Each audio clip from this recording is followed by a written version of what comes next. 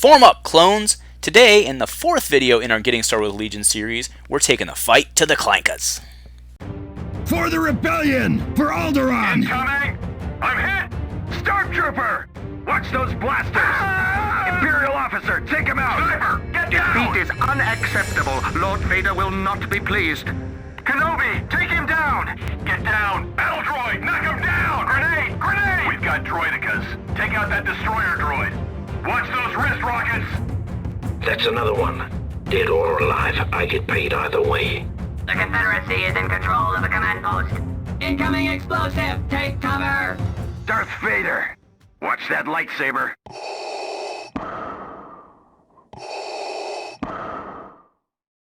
Hello everyone, and welcome back to our third video. Today we are talking about my personal favorite faction way back when I saw episode 2, Battle of Geonosis, Jedi leading all these clone squads into battle. I had wanted to take part of that, and Legion has made that possible.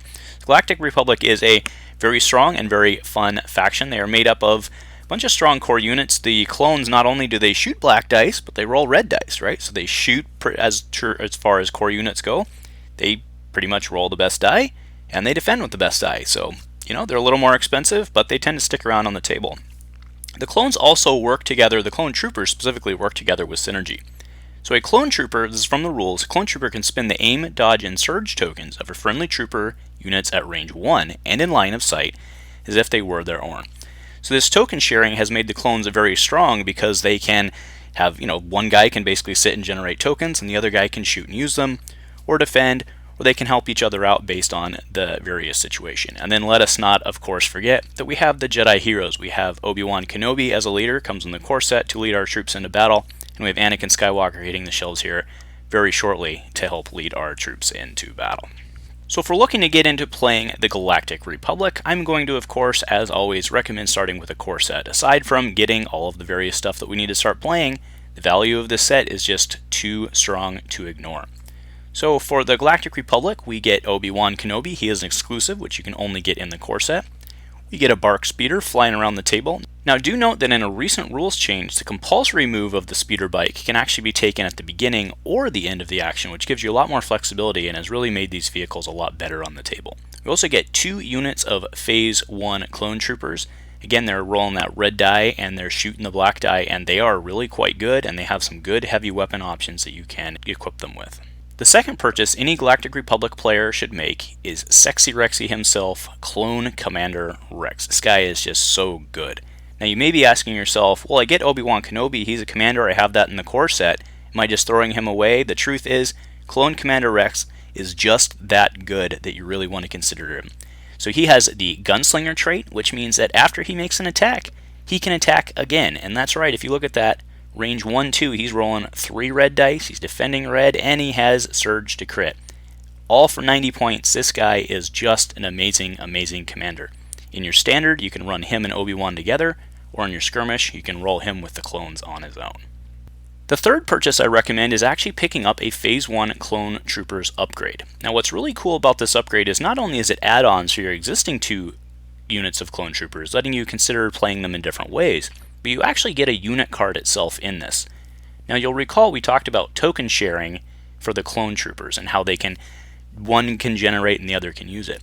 As such, it's not uncommon strategy to have kind of a bare bones unit, kind of behind the lines, just doing that token generation that you don't want to put a lot of points into. And this upgrade itself gives you that extra card which you can field, so you can really field 3 units plus have a bunch of customization options. This is a really strong and really affordable way to get another unit and kind of trick out your other units as well.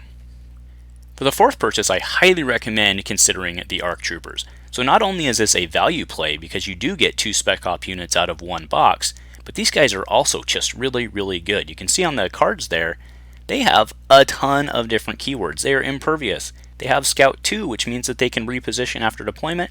They have Sharpshooter, and they have Tactical, so they get token when they move.